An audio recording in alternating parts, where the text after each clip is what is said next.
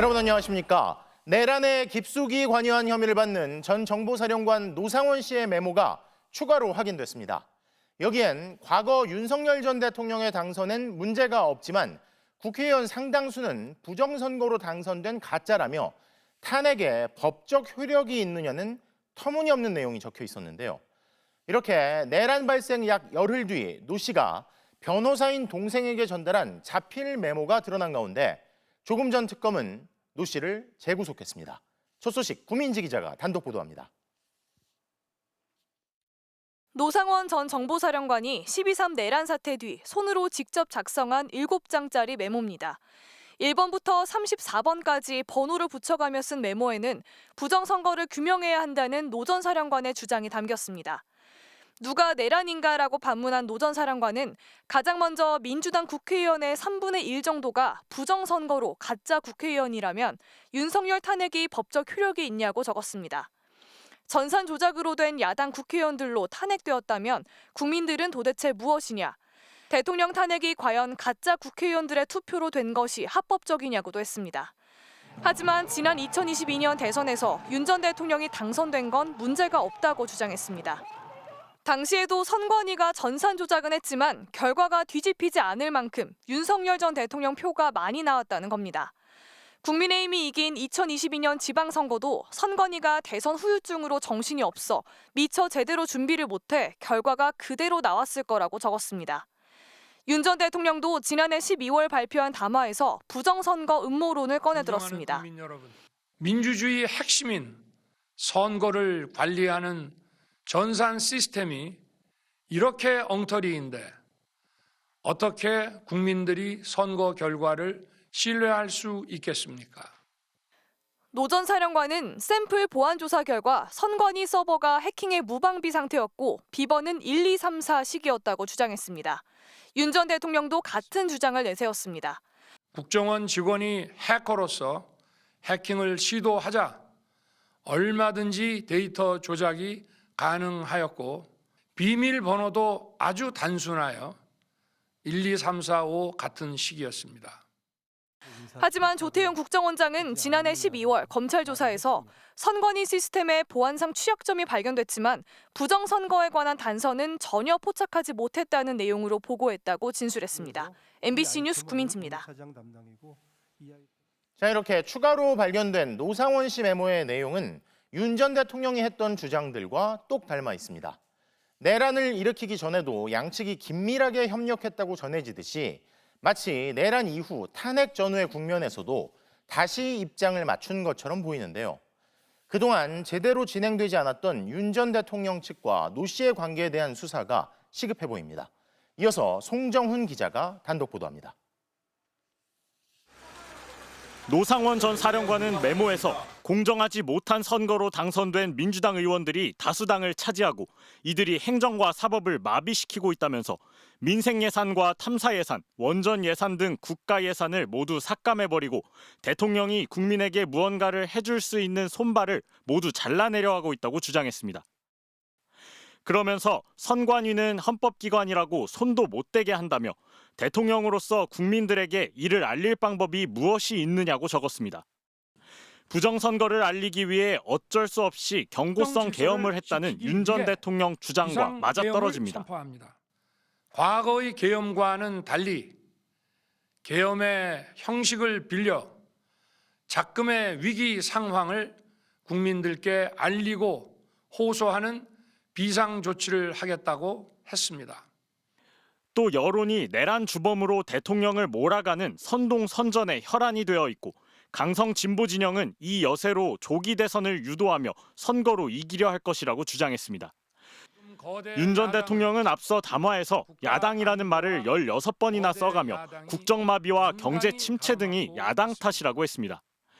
거대 야당 대표의 유죄 선고가 임박하자 대통령의 탄핵을 통해 이를 회피하고 조기 대선을 치르려는 것입니다. 국헌 문란 행위 아닙니까?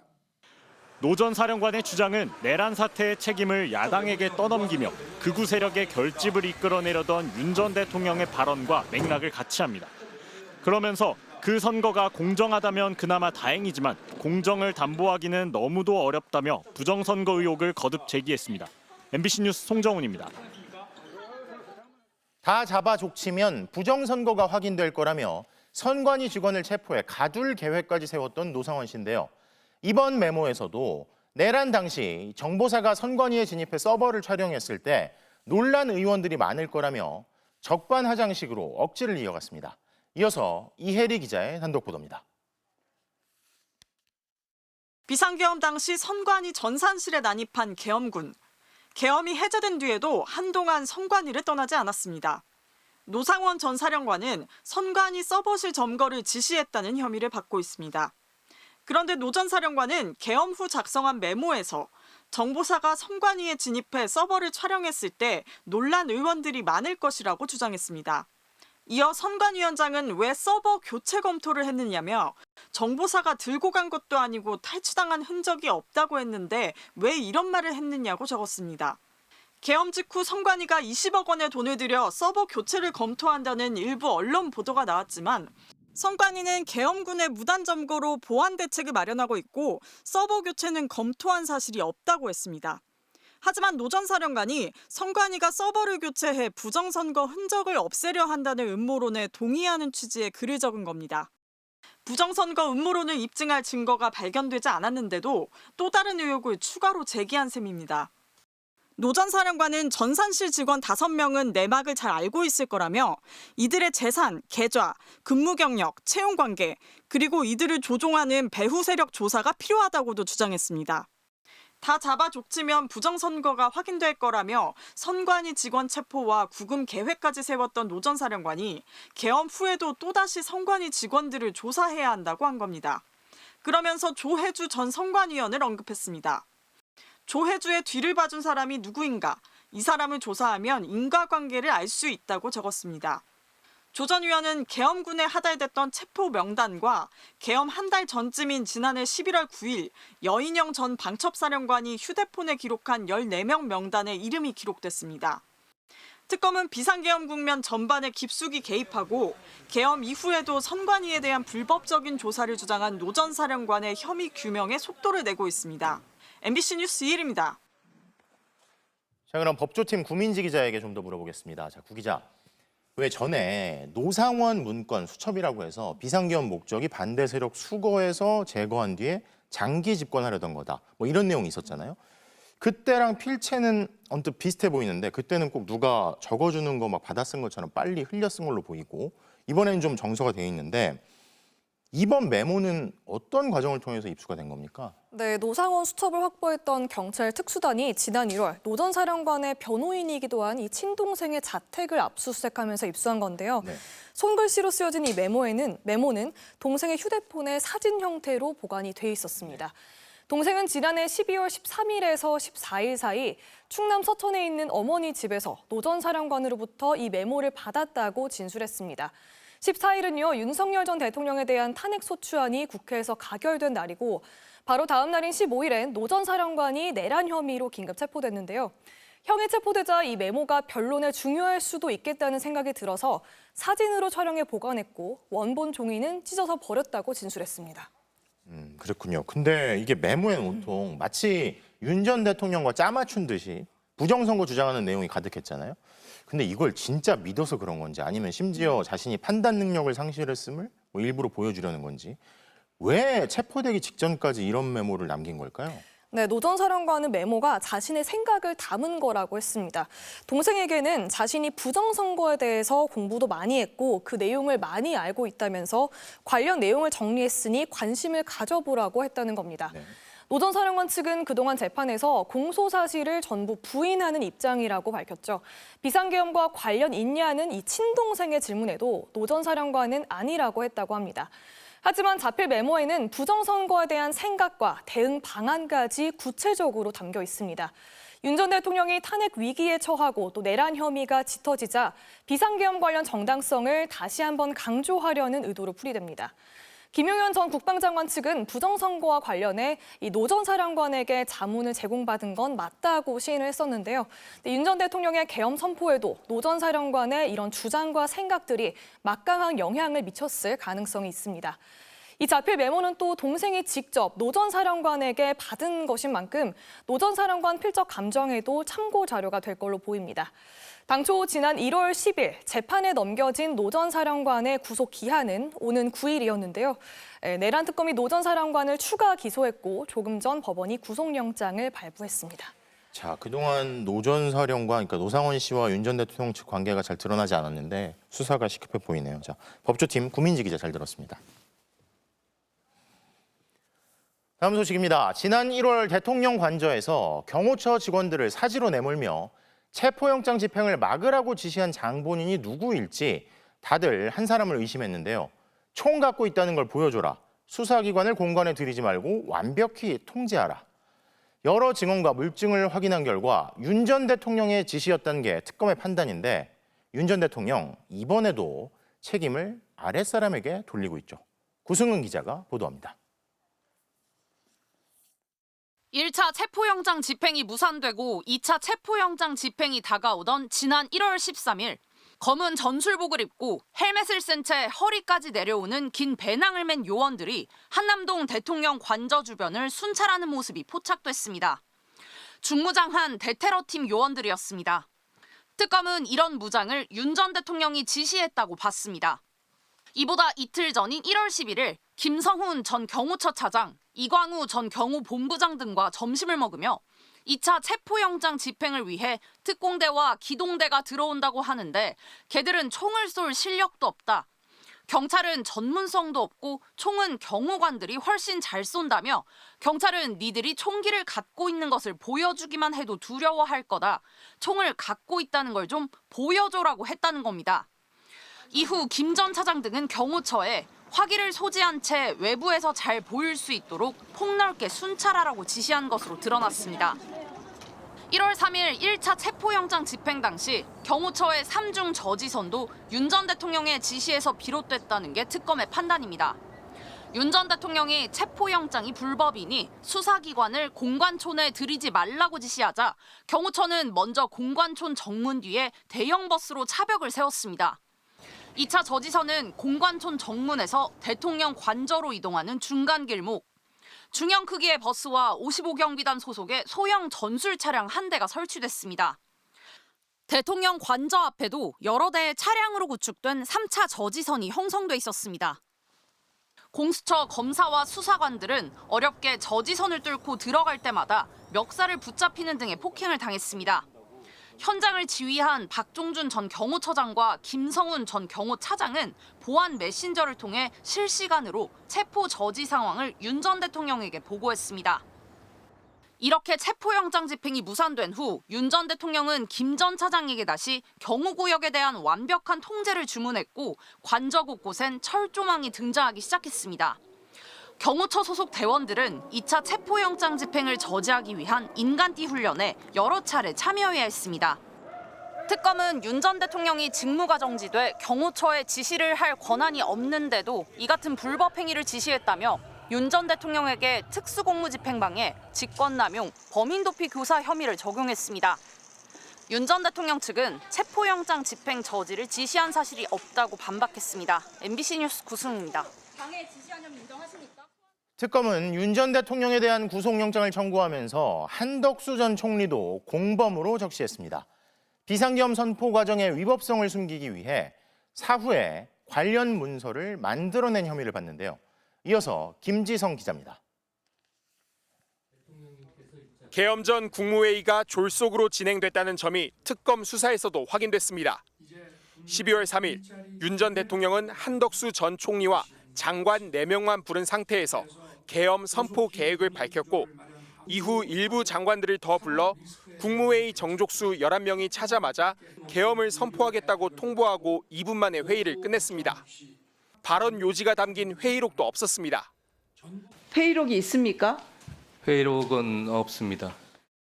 그리고 사흘 뒤 한덕수 전 국무총리는 강희구 전 대통령실 부속실장의 요청으로 새로 작성한 비상계엄 선포문에 서명을 했다가 문제가 될 것 같다며 없던 일로 하자고 했습니다. 강 실장이 비상계엄 선포문 겉표지에 서명을 요청하기에 저는 그 문서가 제가 소지하고 있었던 문서가 맞다는 의미에서 서명을 했습니다. 그러나 사후에라도 그러한 문서에 서명을 하는 것은 오해의 소지가 있을 것 같아서 그 서명 부분을 파기해달라고 요청했고, 특검은 이 같은 과정이 국방부 장관이 국무총리를 거쳐 대통령에게 계엄 선포를 건의하고 문서에 따라 계엄을 선포한 것처럼 꾸미려는 시도로 봤습니다. 그러면서 피의자, 즉 윤석열 전 대통령이 한 전 총리와 강 전 부속실장, 김용현 전 국방장관과 공모했다고 적시했습니다. 한 전 총리를 공범으로 판단한 겁니다. 당시 외신 기자들에게는 외교부 장관도 모르게 계엄이 법적으로 문제가 없다는 정부의 공식 입장이 배포됐는데 특검은 이 역시 윤 전 대통령의 지시에 따른 것으로 파악했습니다. 윤 전 대통령이 외신 대변인에게 연락해 국회의원의 국회 출입을 막지 않았다는 등의 허위 사실이 담긴 입장을 작성해 전파하도록 했다는 혐의입니다. 알지도 못하고 동의하지. 외교부의 공식 입장입니까? 아닙니다. 특검은 또 윤 전 대통령이 지난해 12월 7일 김성훈 당시 경호처 차장에게 3차례 전화해 수사받고 있는 사령관들의 단말기를 놔둬도 되느냐, 쉽게 볼 수 없어야 비화폰이다, 조치하라며 다그쳤다고 영장에 적시했습니다. 이렇게 여인영 전 방첩사령관, 이진우 전 수방사령관, 곽종근 전 특전사령관 등과 주고받은 연락을 은폐하려 했지만 경호처 직원은 이 지시에 응하지 않았습니다. MBC 뉴스 김지성입니다. 이렇게 내란을 일으킨 정권의 1인자와 2인자가 공범으로 적시된 배경엔 그동안 맹목적으로 충성하는 것처럼 보였던 부하들의 증언이 있었습니다. 강의구 전 부속실장뿐 아니라 김성훈 전 경호처 차장도 특검에서는 입을 열기 시작했는데요. 이들에 대한 수사 과정에서 있었던 사례 등을 통해 특검은 윤 전 대통령 측이 관계자들을 회유할 가능성이 크다고 보고 있습니다. 어떤 일들이 있었는지 구나연 기자의 보도를 보시죠. 내란 특검은 김성훈 전 경호차장이 경찰 조사 초기에 윤 전 대통령 변호인단에 속한 변호사들이 참여하여 피의자에게 유리하게 진술하다가 변호인이 더는 참여하지 않게 되자 비로소 윤 전 대통령의 혐의 부분에 대해 진술하기 시작했다고 했습니다. 반면 강의구 전 대통령실 부속실장에 대해선 강 전 실장이 최근 기존 검찰 진술을 번복하고 새로운 진술을 하기 시작했는데 그 과정에서 피의자 변호인이 강의구 조사에 원포인트로 입회해 답변을 유도하고 검사 질문을 중단시키는 행위를 반복했다고 적었습니다. 윤 전 대통령 변호인단의 동성 여부에 따라 관계자들의 진술 분위기가 달라졌다는 뜻입니다. 그래서 특검은 66쪽의 영장 청구서 중 16쪽을 구속 필요 사유를 소명하는 데 할애하면서 윤 전 대통령의 지시가 은밀했던 만큼 다른 사건들보다 진술 증거의 증거 가치가 매우 높다며 형사사법 전문가인 윤 전 대통령이 이를 잘 알아 사건 관계인이 유리한 진술을 하도록 회유할 가능성이 매우 높다고 주장했습니다. 기재된 항목은 국무위원의 심의를 방해한 혐의, 사후 선포문 관련 허위 공문서 작성 혐의, 체포영장 집행 방해 혐의 등이었지만 실질적인 내용은 모두 12.3 내란 사태와 연결돼 있었습니다. 구속 취소로 촉발된 내란 사태 수사 논란에 대해 사법적 판단도 다시 한번 받겠다는 계산입니다. 이에 대해 윤 전 대통령 측은 관련자 진술에 의하더라도 범죄 성립이 되지 않는다며 법원에서 특검이 무리하게 구속영장을 청구했다는 점을 소명하겠다고 밝혔습니다. 윤 전 대통령의 두 번째 구속 여부를 가르는 영장실질심사는 오는 수요일 오후 2시 15분 서울중앙지법에서 열립니다. 지난해 서울 서부지법에서의 영장실질 심사 때처럼 이번에도 윤 전 대통령이 직접 법정에 나오는 것으로 알려졌습니다. 한편 윤 전 대통령 구속영장 청구서가 여과 없이 외부로 유출된 것을 두고 특검은 수사 장애를 초래하는 개인정보 유출에 대해 형사처벌 절차에 들어갈 예정이라고 덧붙였습니다. MBC 뉴스 구나연입니다. 이재명 대통령이 한국인 최초의 교황청 장관인 유흥식 추기경을 접견했습니다. 남북관계와 한반도 평화에 교황청의 역할이 중요하다는데 서로 공감한 가운데 이 대통령은 교황의 방북을 제안하기도 했는데요. 정상빈 기자가 보도합니다. 이재명 대통령이 취임 후 종교계 인사로는 처음으로 유흥식 추기경을 만났습니다. 반갑습니다. 네. 평안하셔야 됩니다. 감사합니다. 축하드립니다. 유 추기경은 한국 출신 최초의 바티칸 성직자부 장관으로 고 프란치스코 교황에 이어 신임 레오 14세 교황을 보좌하고 있습니다. 지난 봄 정의의 중립은 없다며 바티칸 현지에서 헌법재판소의 신속한 결정을 촉구하는 영상 메시지를 보냈던 유 추기경에게 이 대통령이 먼저 감사 인사를 전했습니다. 인권과 평화에 관심도 많으시고 대한민국의 민주주의를 회복하는 데도 참으로 큰 역할을 해주셔서 우리 국민들을 대표해서 감사드립니다. 고맙습니다. 내후년 레오 14세 교황이 천주교 세계 청년대회 참석차 한국을 방문할 예정인데 이 일정을 두곤 대통령과 추기경 사이에 기대 섞인 대화가 오갔습니다. 평소 한반도 평화 문제에 관심이 큰 교황청이 남북관계 개선에 특별한 역할을 할 수 있지 않겠냐는 겁니다.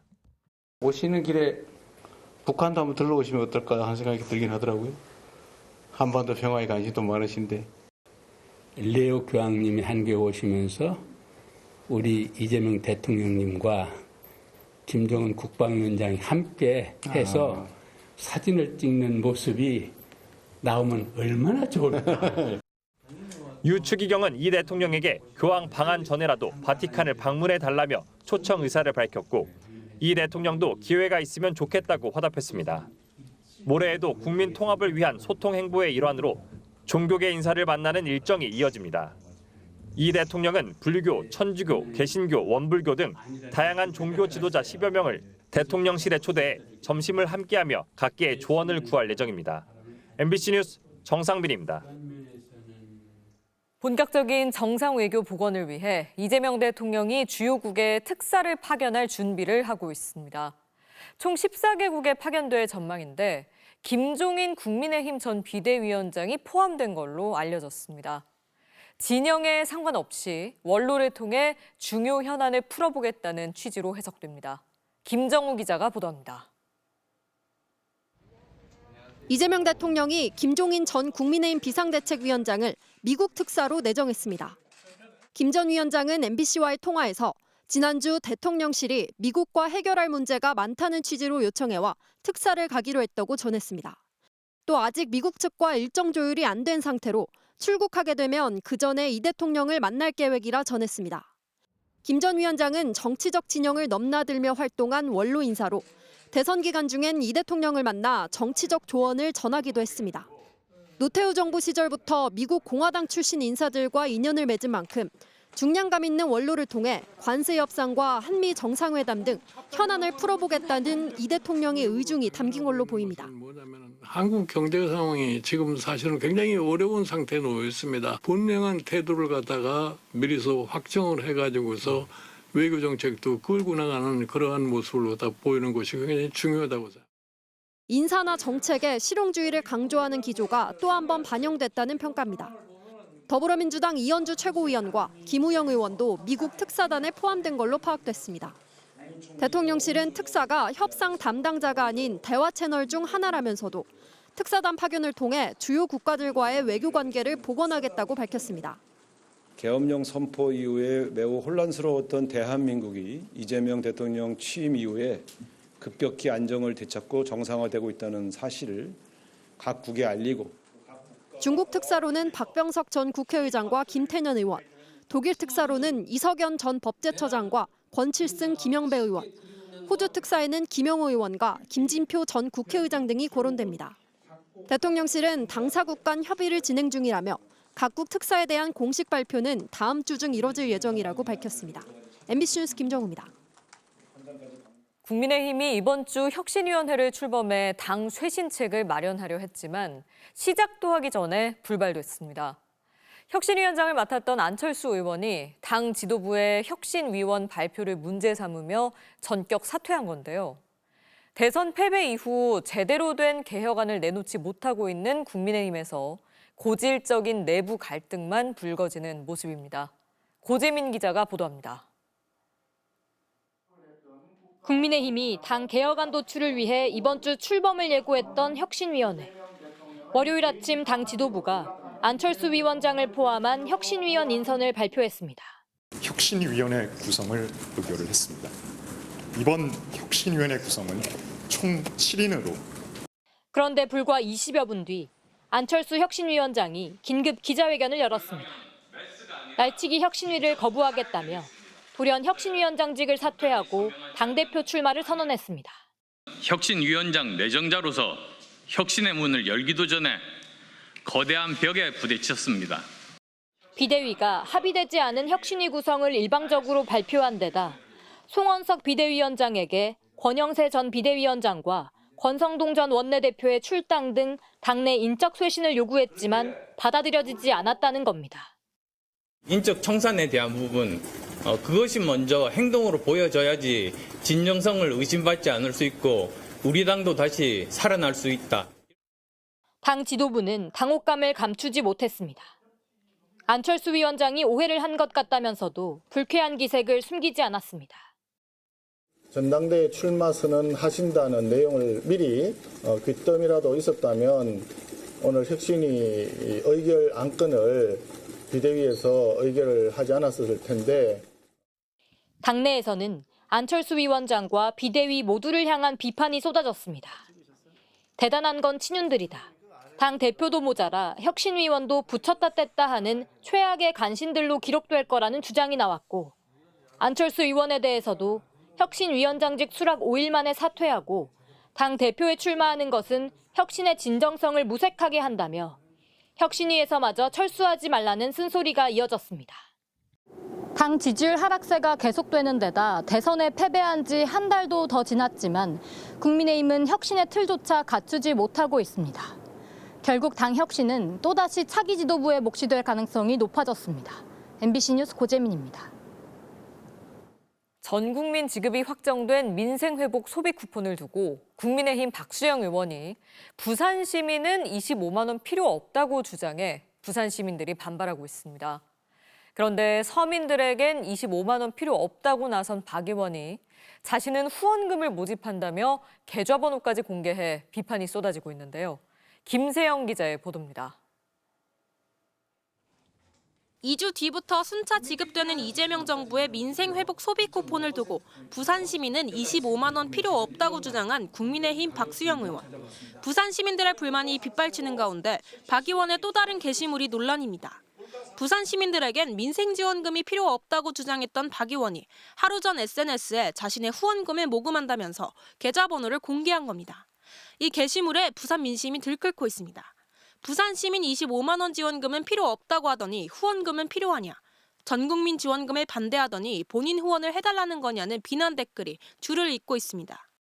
시민들의 의견을 대표해가지고 그냥 묻지도 않고 그렇게 말씀하신 게 필요한 분들이 있을 수도 있는데 좀 옳지 않지 않나. 국회의원께서는 개인적인 생각이실 것이고 일반 시민의 입장에서는 그렇지 않겠죠. 여러 가지 지금 현재로 민생이 어렵지 않습니까?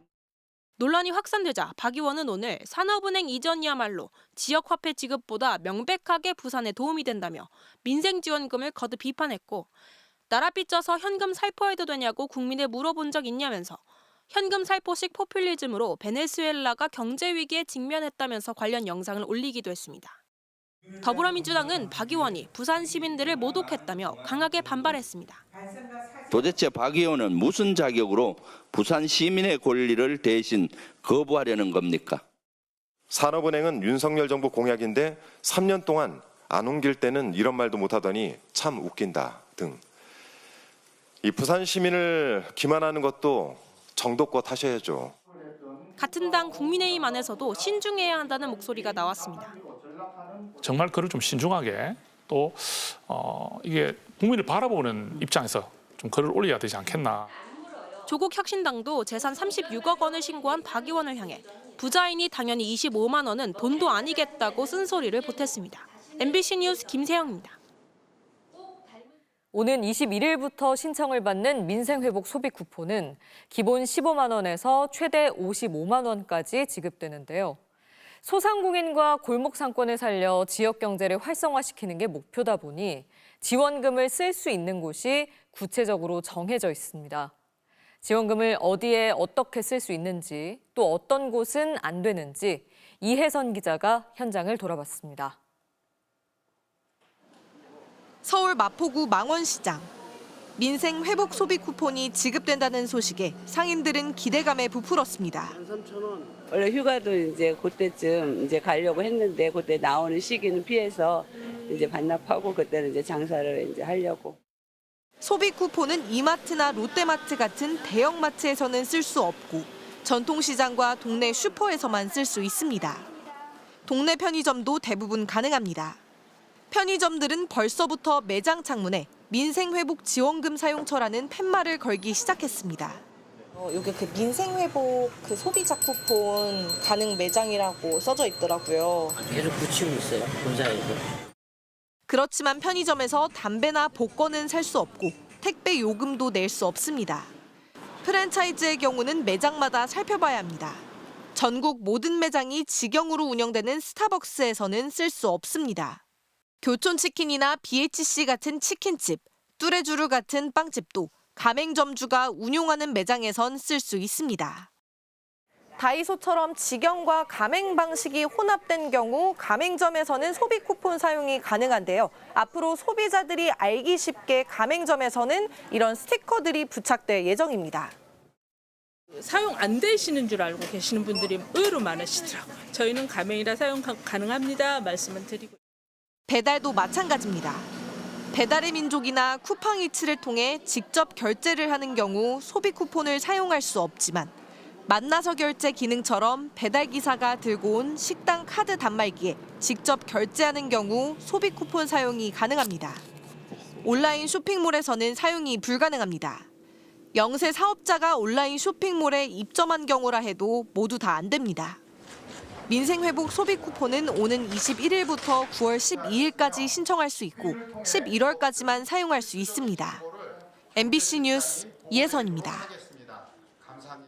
윤석열 정부가 2차례 거부권을 행사했던 방송 3법이 더불어민주당 주도로 국회 상임위원회를 통과했습니다. 공영방송인 KBS, MBC, EBS의 이사 수를 늘리고 정치권의 입김을 줄이는 게 핵심 내용인데요. 민주당은 윤석열 정부가 거부권을 행사했던 다른 민생 개혁 법안도 이달 안에 속도를 내 처리하겠다는 방침입니다. 김상훈 기자입니다. 윤석열 전 대통령이 2번이나 거부권을 행사했던 방송 3법이 안건으로 올라가자 국회 과방위 소속 국민의힘 의원들이 방송 장악 꼼수라며 거세게 반발했습니다. 방송 장악할 의도가 없다. 우린 윤석열 정부와 다르다. 만약에 그렇다면 그 말에 진정성이 있으면 KBS 사장 임기 3년 보장하시면 돼요. 민주당은 윤석열 정부가 장악했던 언론을 정상화시키는 거라며 법안 내용을 꼼꼼히 보라고 맞섰습니다. 법안 내용 자체를 모르시잖아요. 그리고 우리 국민의힘 위원님들은 일관되게 입장이 없다 그러셨습니다. 민주당이 법안을 자세히 설명하려 하자 국민의힘 의원 일부는 항의하며 퇴장했습니다. 우리가 학생들도 아니고 하지 맙시다. 아니 하십시오. 결국 국민의힘 의원 4명이 빠진 과방위는 찬성 11명, 반대 3명으로 방송 3법을 통과시켰습니다. 현재 11명인 KBS 이사수를 15명으로 9명인 방송문화진흥회와 EBS 이사수를 13명으로 늘리고 이사 추천 주체를 다양화하는 내용입니다. 또 공영방송 사장 선임에 국민들이 직접 참여하도록 일반 국민 100명 이상으로 사장 추천위원회를 구성하도록 했습니다. 여당은 방송 3법을 포함해 윤석열 정부가 거부권을 행사했던 노란봉투법, 양곡관리법 등 민생 법안을 이달 안에 신속 처리할 방침입니다. 추석 전 검찰 개혁을 목표로 한 움직임도 빨라져 민주당 지도부는 전 정부에서 이뤄진 조작 수사에 대해 검찰 스스로 사과하라고 날을 세웠습니다. 정치 탄압의 희생양이 된 피해자들의 명예를 즉각 회복시켜 주십시오. 이를 위해서 조작 수사 등 패습의 실체를 낱낱이 밝힐 독립기구 설치를 제안하는 바입니다. 민주당 의원들도 검찰 조작기소 대응 TF를 구성해 이재명 대통령 사건을 포함한 정치검찰 수사의 진상을 밝히겠다며 압박에 가세했습니다. MBC 뉴스 김상훈입니다. 오늘 방송 3법 통과 현장에서는 또다시 이진숙 방송통신위원장의 돌출 발언이 문제가 됐습니다. 자신이 이재명 대통령으로부터 방송법 방통위안을 만들 것을 지시받았다고 주장한 건데요. 의원들이 이 발언의 진위를 현장에서 확인하고 반박하는 진풍경이 벌어진 가운데 대통령실도 의견을 물은 것뿐이라며 부인했습니다. 이동경 기자입니다. 방송 3법 개정안 통과를 위해 소집된 국회 과방위 전체 회의.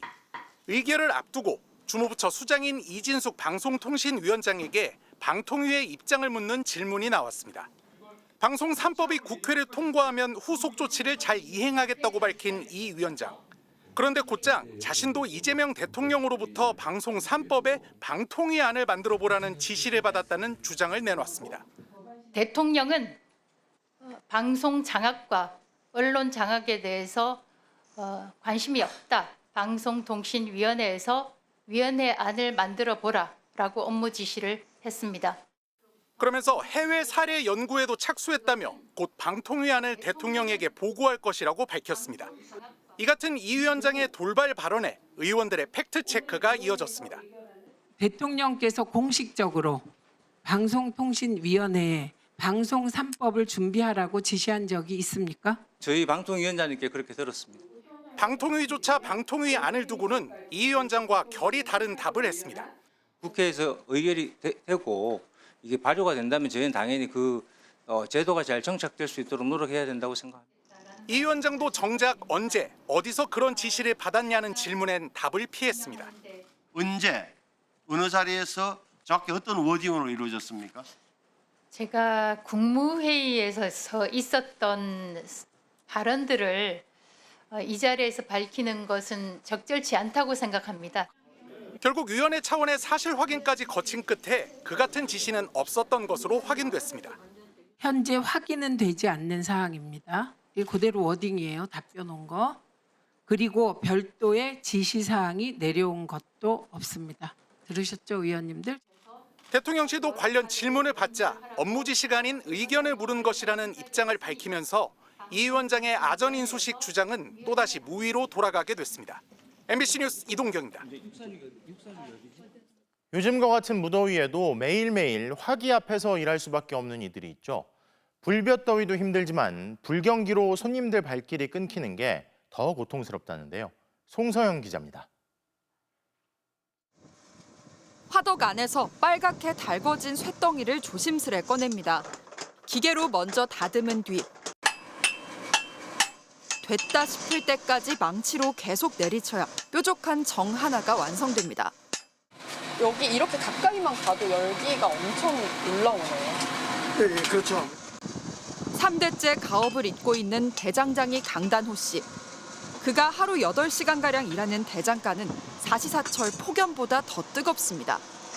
선풍기 3대로 계속해서 열기를 식혀도 작업장 기온은 바깥보다 10도 넘게 높은 42도까지 치솟아 있습니다. 2000도에 달하는 화덕의 불은 하루 종일 꺼지지 않습니다. 작업이 끝난 철근도 열기를 뿜어냅니다. 쉴 새 없이 흐르는 땀에 눈 뜨고 있기도 힘들지만 사방으로 튀는 불꽃을 피할 겨를조차 없습니다. 건설 경기 악화로 철근 제작이나 건설 장비 수리 같은 일감이 많이 줄었습니다. 요즘에는 아무래도 경기가 또 안 좋다 보니까 일을 많이 했으면 좋겠는데 불 앞에 있는 게 힘들어도 아무래도 일을 많이 하는 게 더 좋죠. 저희. 서울 마포구의 전통시장. 200도 넘는 튀김기름의 열기에 온몸이 금세 땀으로 젖습니다. 땀이 줄줄 흘리니까 힘들어요. 에어컨 한 4-5개 이상 틀어놓은 거에도 여기 사실 보다시피 덥잖아요. 에어컨이 돌아가고는 있는지 야속한 마음에 아예 옷 속으로 냉풍기 호스를 집어넣어 봅니다. 아무리 땀을 식혀봐도 돌아서면 다시 뜨거운 불 앞이지만 열기보다 무서운 게 있습니다. 손님들이 줄어드는 게 더 무섭잖아요. 더워도 그래도 저희는 이제 해야 되는 일이기도 하고. 지난해 폐업 신고를 한 사업자는 최초로 100만 명을 넘어섰는데 이 중 절반가량이 소매업과 음식점업이었습니다. 장기화하는 불황에다 극심한 폭염까지 겹친 이중고에 자영업자들은 어느 때보다 힘겨운 여름을 나고 있습니다. MBC 뉴스 송서영입니다. 오늘은 낮 최고 기온이 무려 섭씨 40도에 육박하는 곳도 있었습니다. 서울은 작년보다 18일이나 빨리 폭염경보가 내려졌는데 내일이 더 덥다고 합니다. 류현준 기자입니다. 뜨거운 햇볕을 피하기 위해 양산을 쓰고 시원한 얼음 음료에 휴대용 선풍기도 꺼내들었지만 푹푹 찌는 듯한 더위를 막기엔 역부족입니다. 날씨 너무 습해서 땀이 막 비 오듯이 오고 이제 건물 안에 아니면 밖에 돌아다니기 너무 힘들 것 같아요. 기온이 30도 이상이면 붉은색, 35도를 넘으면 보라색으로 표시되는 지도입니다. 낮 12시가 되자 전국 대부분이 붉게 뒤덮이고 경상도를 중심으로 점차 보라색으로 바뀝니다. 오늘 경남 밀양은 39.2도까지 올라가면서 올여름 최고 기온을 기록했습니다. 경북 구미와 강원 정선도 38.3도까지 올라 역대 7월 최고 기온을 갈아치웠습니다. 서울도 한낮 최고 기온이 33.1도를 기록했고 올해 첫 폭염 경보가 내려졌습니다. 폭염 경보는 체감온도 35도를 넘는 상태가 이틀 이상 계속될 때 내려지는데 지난해보다 18일이나 빨라진 겁니다. 내일은 바람이 동풍으로 바뀌면서 서울과 대전이 36도까지 오르는 등 서쪽 지역이 더 덥겠습니다.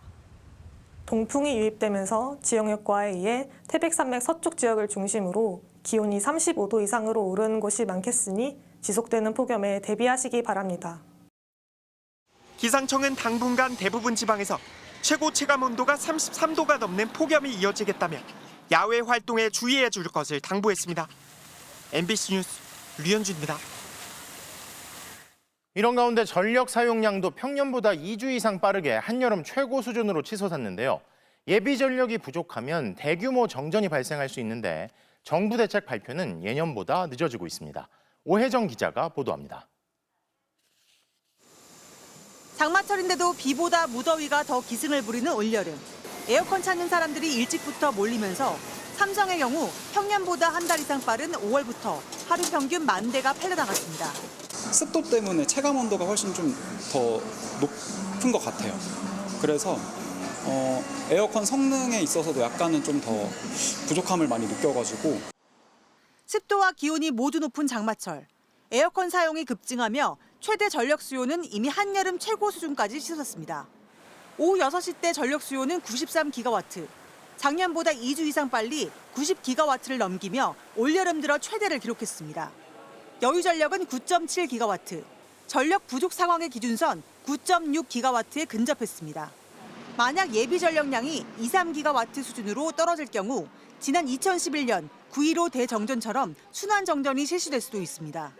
전력 수요가 평소보다 빠르게 치솟았지만 정부의 대책 발표는 오히려 늦어졌습니다. 지난해 6월 20일에 했던 전력 수급 계획 발표가 올해는 7월 10일로 3주나 미뤄진 겁니다. 발등에 불이 떨어진 한국수력원자력, 남부발전, 한국전기안전공사 등 발전 공기업들은 자체 상황실을 운영하며 대응에 나섰습니다. 여름철 최대 전력 사용량은 매년 최고치를 경신하며 100기가와트에 육박하고 있습니다. 여기에 대체 에너지 비중은 10%에 달하면서 종합적인 전력 수급 계획이 더 중요해졌습니다. 기상 상황에 따라서 이게 출력이 들쭉날쭉할 수도 있기 때문에 에너지 저장 장치나 이런 것들을 이용을 해가지고 안정적으로 유지를 할 수 있느냐 하는 게 이제 그 문제가 된 거죠. 산업부는 5월 초 예측 당시 7월 초에는 예비 전력 수급에 문제가 없는 것으로 나타났다며 이렇게 때이른 폭염은 예상하지 못했다고 밝혔습니다. MBC 뉴스 오혜정입니다. 오늘 오후 수도권의 한 건물 옥상에서 떨어진 10대 여성이 행인들을 덮쳤습니다. 11살 어린이가 숨졌고 아이의 어머니는 의식을 찾지 못하고 있습니다. 문다영 기자입니다. 경기 광주시에 있는 13층짜리 상가 건물. 오늘 오후 2시 반쯤 건물 옥상에서 10대 여성이 아래로 떨어졌습니다. 공사 많이 하시니까 아저씨들 그냥 물건 던지는 줄 알고 힘이 안 쓰고 있었는데 나중에 다 소방대 오고 나서 그때 알아챈 것 같아요. 추락한 여성은 당시 건물 앞 인도를 지나던 모녀와 20대 남성 등 행인 3명을 덮쳤습니다. 이 사고로 11살 딸이 현장에서 숨졌습니다. 40대 어머니는 심정지 상태로 병원에 옮겨졌지만 의식을 되찾지 못하고 있습니다. 추락한 여성은 심정지 상태로 병원에 옮겨졌다 숨졌습니다. 20대 남성은 어깨를 다쳐 치료를 받고 있는데 생명에는 지장이 없는 상태입니다. 경찰 조사 결과 추락한 여성은 상가 건물 안에 있는 정신과 병원에서 진료를 받았고 이후 옥상에 올라가 떨어진 것으로 파악됐습니다. 현장에서 유서는 발견되지 않았습니다. 사고 현장에서 발견된 약봉지로 미뤄 모녀는 근처 약국에서 약을 처방받아 나오는 길에 변을 당한 것으로 추정됩니다. 해당 상가 건물에는 병의원과 약국이 밀집해 있습니다. 경찰은 추락한 여성의 진료 기록 확보와 동선 파악에 나섰습니다. 건물 안팎의 CCTV도 확보해 정확한 사고 경위를 들여다보고 있습니다. MBC 뉴스 문다영입니다. 층간소음 문제로 찾아온 이웃에게 끓는 기름을 끼얹은 60대 남성이 붙잡혔습니다. 다른 주민들을 흉기로 위협하기까지 했는데요. 윤소영 기자가 보도합니다. 기름의 전 수건이 빌라 복도에 수북이 쌓여 있고 계단 손잡이 곳곳에도 기름방울이 맺혀 있습니다. 지난 5일 저녁 4층의 50대 주민이 층간소음을 항의하러 3층으로 내려왔습니다. 노후 빌라여서 아래층 소음이 위층으로 울리자 이를 항의하기 위해서입니다. 소주가 이렇게 굴리는 소리, 병 굴리는 소리고 어쩔 때는 그냥 갑자기 그냥 쿵쿵거리고 막 주먹으로 막. 그런데 문을 열자 3층 남성의 손엔 펄펄 끓는 식용유가 담긴 냄비가 들려 있었습니다. 남성은 피할 새도 없이 그대로 식용유를 덮었었고 온몸 곳곳에 3도 화상을 입었습니다. 맨 처음에 뜨거운 물인 줄 알았어요. 한 80% 이상은 차였던 것 같아요. 피부를 깎아내야 된다고 하나. 기름을 붓고도 난동은 계속됐습니다. 피의자는 경찰이 오기 전 복도에서 흉기를 들고 일부 주민을 위협한 것으로도 알려졌습니다.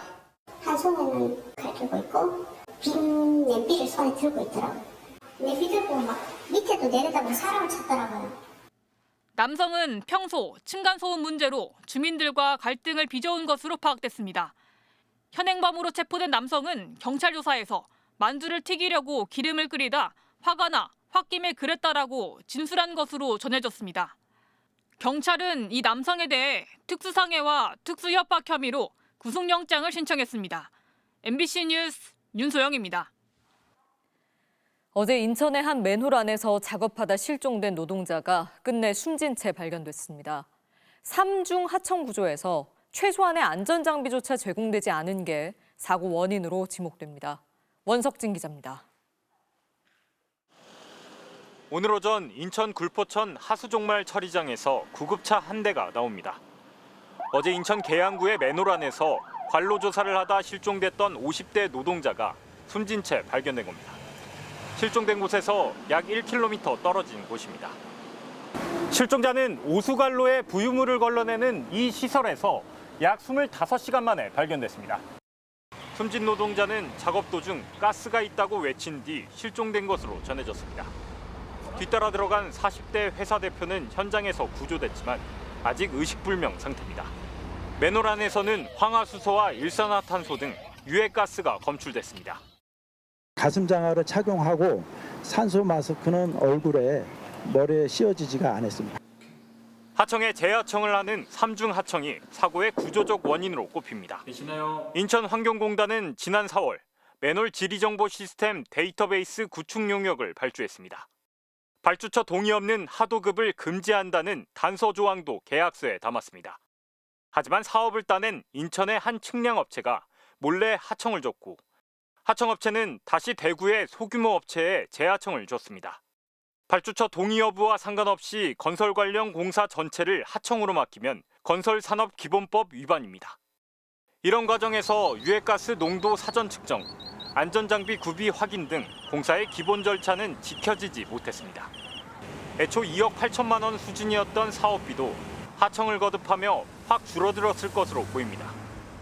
최종적인 하도급인 입장에서 굉장히 적은 공사비만 받고 원래 요구되는 과업을 수행해야 되는 이중의 부담에 빠지게 됩니다. 안전보건 조치를 소홀히 할 수밖에 없고. 경찰과 고용당국은 중대재해처벌법 위반 여부 등에 대한 수사에 착수했습니다. 이재명 대통령은 이번 사고와 관련해 현장 안전관리에 미흡한 점이 있었는지, 법령 위반이 있었는지를 조사해 책임자를 엄중 조치하라고 지시하고 관련 부처에 일터의 죽음을 멈출 특단의 조치를 마련하라고 주문했습니다. MBC 뉴스 원석진입니다. 최근 김해공항에 착륙하려던 대만 국적 항공기가 인근 산에 초근접 비행을 한 뒤 가까스로 착륙하는 일이 있었습니다. 같은 여객편이 엉뚱한 활주로로 착륙해 큰 사고가 날 뻔했던 게 이보다 고작 2주 전쯤의 일인데요. 이승엽 기자의 단독 보도입니다. 지난달 25일 승객 150여 명을 태운 중화항공 CI-186편 여객기가 대만을 떠나 부산으로 출발했습니다. 그런데 부산 상공에 진입한 여객기는 착륙을 위한 선의 지점보다 1.5km나 떨어진 곳에서 기술을 돌렸습니다. 선회가 늦게 이뤄지자 비행기는 인근 돛대산으로 기울었습니다. 당시 지상으로부터는 불과 160m 높이, 돛대산의 180m 높이 봉우리 와도 700m 정도밖에 떨어져 있지 않았던 겁니다.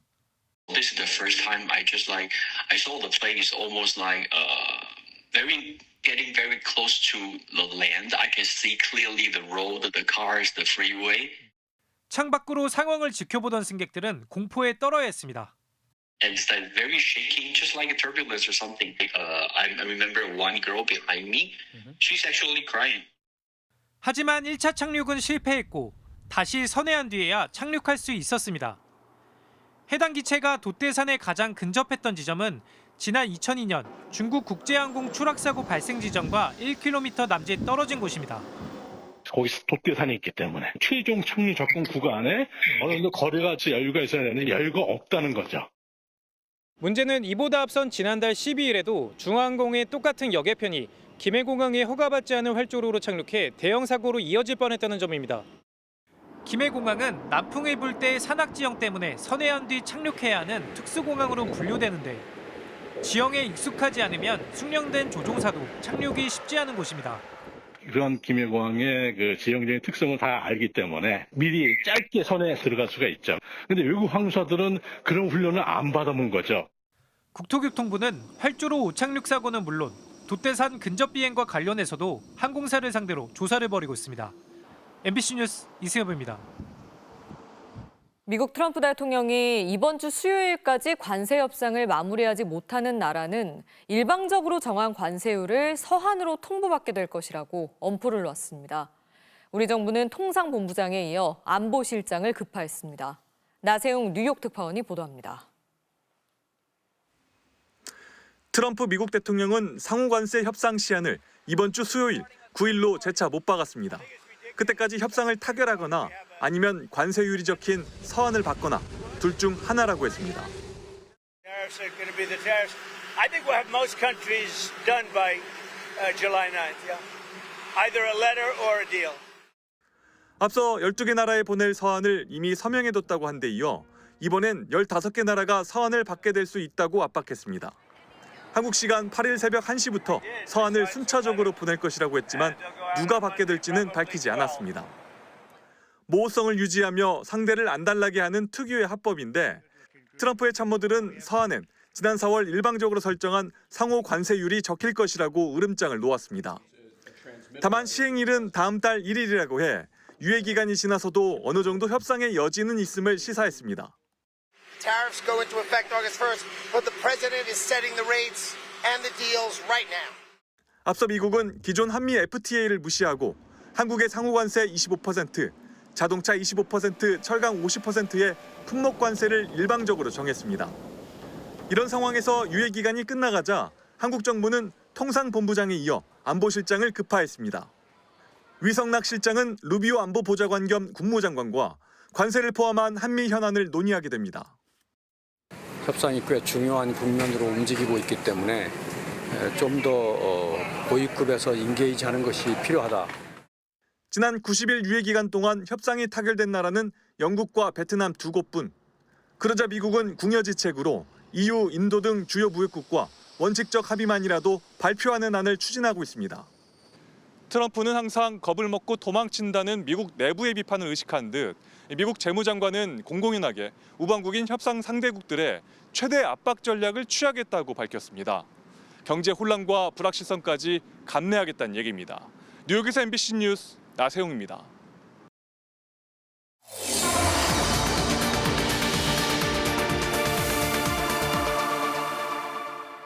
내년도 최저임금을 두고 노동계와 경영계의 힘겨루기가 팽팽합니다.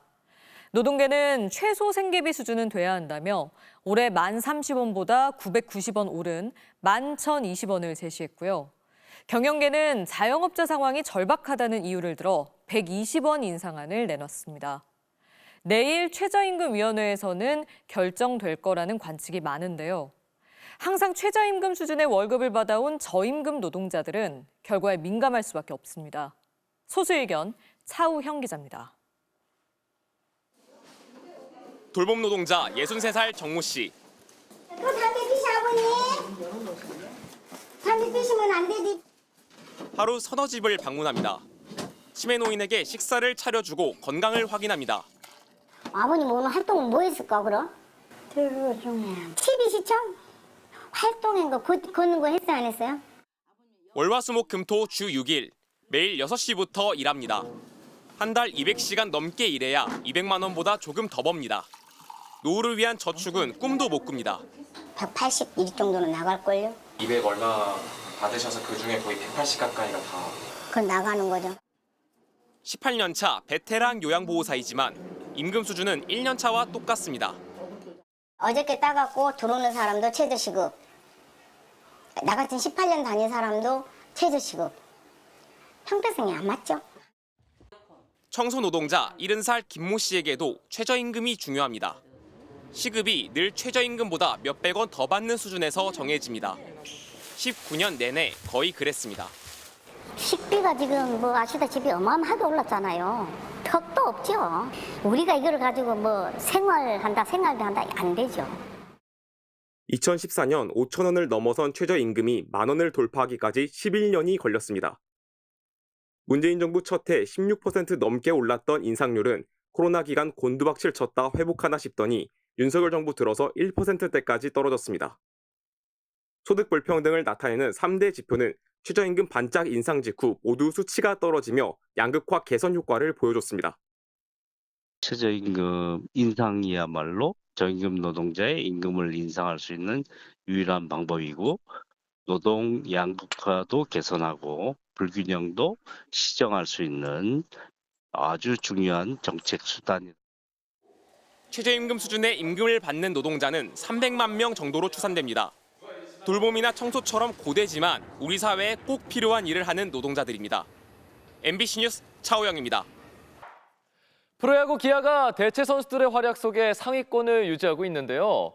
특히 수비력으로 소문난 김호령 선수가 올 시즌 달라진 공격력까지 과시하며 팀을 이끌어 나가고 있습니다. 이명록 기자입니다. 자신도 놀란 시즌 첫 홈런에 이어 그 여운이 가시기도 전에 터진 데뷔 첫 말루포까지. 김호령에게 생애 첫 멀티 홈런의 짜릿함은 호수비 이상이었습니다. 솔직히 홈런이 더 좋은 것 같아요. 호수비도 정말 좋은데 제가 이제 못하던 걸 하는 느낌이니까 항상 타격을 잘하고 싶었고 그래서 더 손맛이 좋은 것 같습니다. 최정상급 수비에 비해 늘 타격이 아쉽던 김호령. 이군에서 돌아온 지난 5월 중순부터 완전히 다른 선수가 됐습니다. 10년 넘게 고집한 오픈 스탠스를 과감히 버리고 왼쪽 다리를 당겨놓고 치면서 타격 정확도가 극적으로 달라졌습니다. 이번 감독님이 코치님 계셨을 때 크로스로 이제 한번 쳐보면 어떻겠냐 이렇게 말씀하셨었어요. 불편했고 좀 잘 안 맞는 것 같다라는 생각에 이제 안 했었는데 그냥 아예 백지 상태로 한다는 생각으로 어떻게 해서든 좀 해보자라는 생각으로 해서 했던 게. 김도영, 나성범 등 주축 선수들이 이탈했지만 김호령을 비롯한 이른바 한평 2군 타이거즈 선수들의 절박함이 경기력으로 이어지면서 기아도 어느새 선두권으로 올라섰습니다. 우리 진짜 한평에서 하던 것처럼 2군에서 하던 것처럼 그대로 한번 해보자라는 생각으로 막 얘기도 많이 하고 매년 기회가 왔을 때 못 잡아가지고 이번에는 진짜 기회가 왔다라는 생각을 해서 자신의 상징인 호수비 명장면들을 이제 주전 타자로 만들겠다는 자신감도 생겼습니다. 수비를 아무리 잘해도 공격이 받침이 돼야지 시합을 나갈 수 있고 그런 걸 저도 알기 때문에 욕심은 나지만 그래도 2할 8푼 정도 좀 치고 싶어요. MBC 뉴스 이명노입니다. 불의의 교통사고로 세상을 떠난 리버풀 조타의 장례식 이후에도 추모 행렬은 이어지고 있습니다. 전 세계 각지에서 조타의 생전 세리머니를 되새기며 마지막을 배웅했는데요. 박재훈 기자가 전합니다. 미국과 멕시코의 골드컵 결승전. 환상적인 동점골을 터뜨린 멕시코의 히메네즈가 갑자기 그라운드에 주저앉습니다. 조타의 등번호와 이름을 새긴 유니폼을 들어올린 히메네즈는 마치 게임을 하는 듯한 동작을 취합니다. 축구 게임을 즐겨하던 조타가 자주 펼쳤던 이른바 게임 세리머니. 울버햄프턴 시절 동료였던 고인을 향한 특별한 추모였습니다. Gran compañero que estuvo conmigo 2 años ahí en los Wolves, de ese tipo de noticias de alguien tan cercano a ti que pues era un gran amigo. 클럽 월드컵에 참가한 파리 생제르맹의 덴벨레도 고인과 특별한 인연이 없는 미국과 스웨덴 리그에서도 세리머니는 이어졌고 K리그 경남의 코스타 역시 연령별 대표팀 시절 동료였던 조타를 같은 세리머니로 기리기도 했습니다. 한편에선 일부 선수들의 장례식 불참을 두고 논란도 일고 있습니다. 스페인에서 휴가를 보낸 것으로 알려진 호날두에 대해선 현지 매체들도 이해하기 어렵다는 반응을 보였습니다. O Rubén Dias e o Bernardo Silva, mas não esteve o capitão, sem que até agora se tenha conhecido uma justificação para esta ausência. Acho que Cristiano Ronaldo tinha a obrigação de estar presente. 리버풀 동료 디아스는 고향 콜롬비아의 한 행사에 참석해 춤을 추는 모습이 공개돼 여론의 질타를 받기도 했습니다. MBC 뉴스 박재웅입니다. 파리올림픽 여자 근대오종 동메달리스트 성승민이 월드컵 2개 대회 연속 은메달을 따내며 건재를 과시했습니다. 월요일 밤 스포츠 뉴스였습니다.